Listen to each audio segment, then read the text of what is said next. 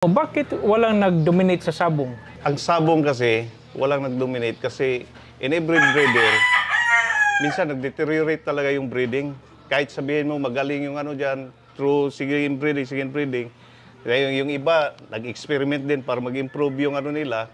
Kaya talagang ano to, umiikot talaga ang mundo. Kaya kay Boss Bravo nga, mayroon ding time na losing.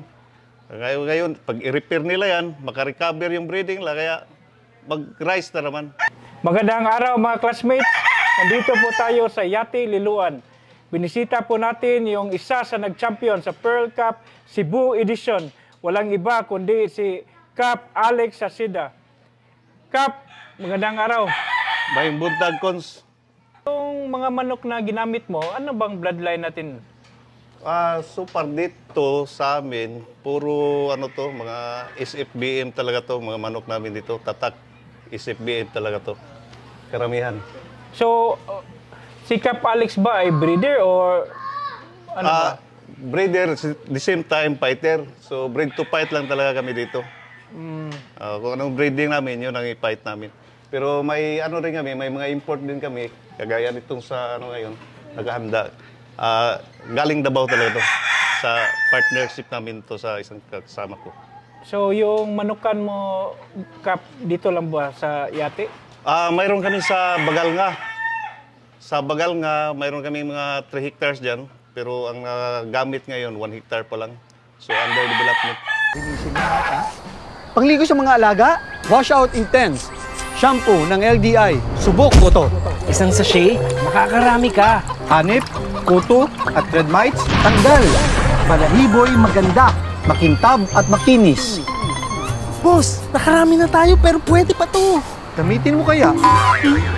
Rafi Yulo po. Shampoo ng alaga ko, Wash Out Intense. Alagang tunay, laking LDI.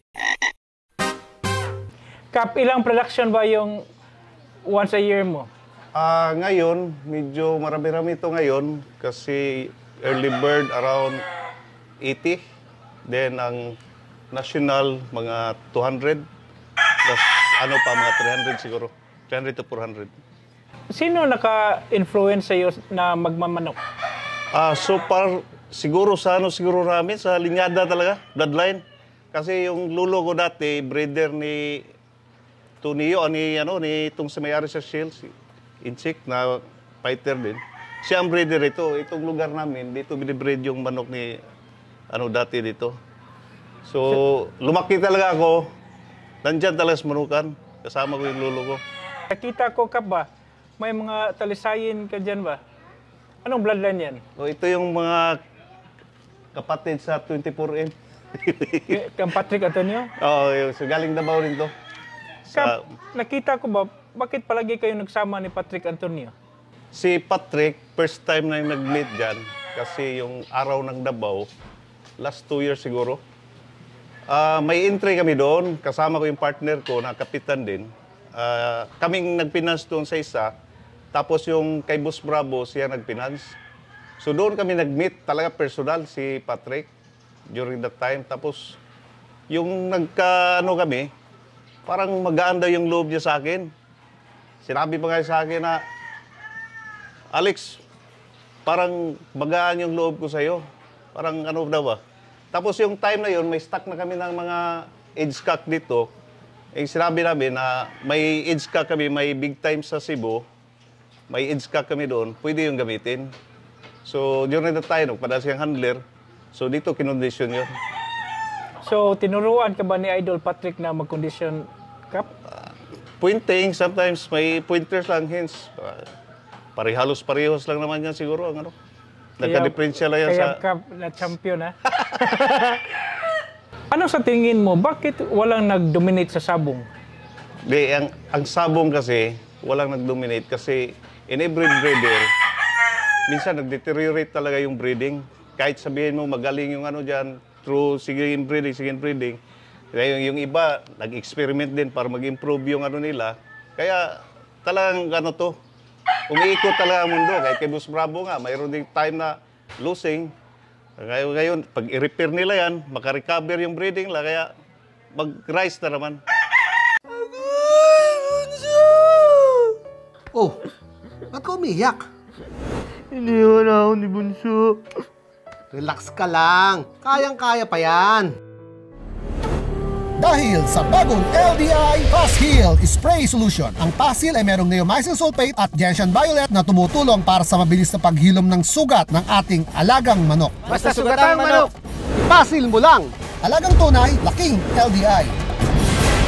So nakatulong talaga yung Facebook sa industriya ng sabong. Oo, Kap? malaking tulong. Malaking tulong talaga yung Facebook. Lalo na yung mga pointers doon, mga hints, paano ihandang yung manok. Kasama na yung mga LDI, mga products, nagbigay ng mga patalastas kung paano nila gagamitin yung mga gamot.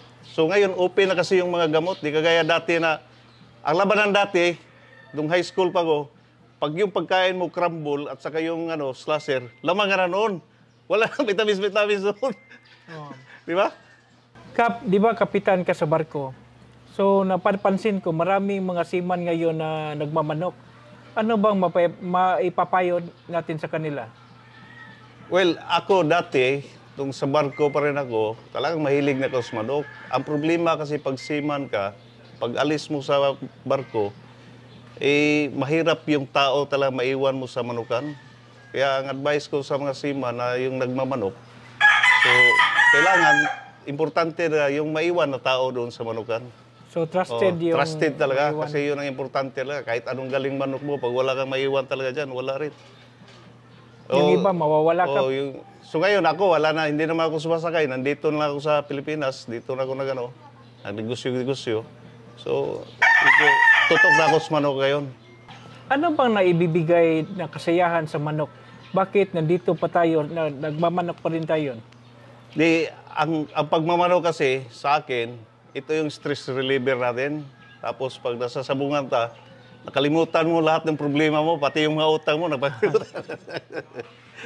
Kaya dito tayo masaya eh. Kaya nagpatuloy tayo magsabong. Di ba yung pagmamanok, malaking gastos ka, di ba? Oo, gastos talaga.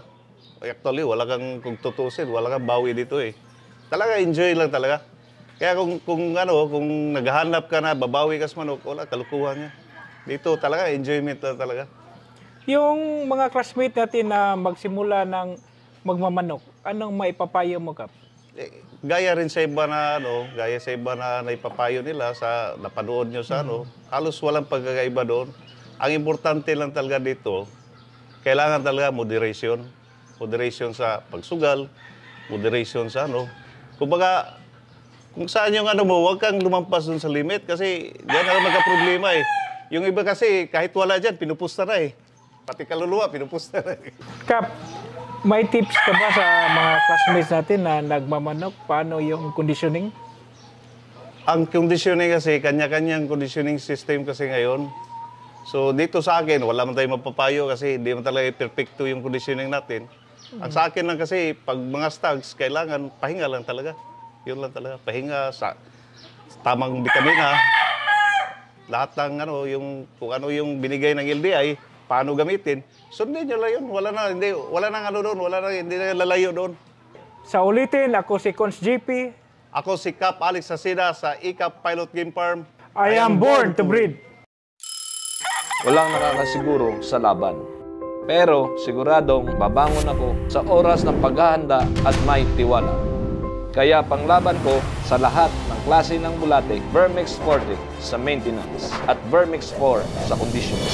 Dahil sa tiwala, nakamit ko ang tagumpay. Ikaw, para saan ang paghahanda mo? Vermix Forte at Vermix 4 ang sikreto namin sa tagumpay. Alagang tunay, laking LDI.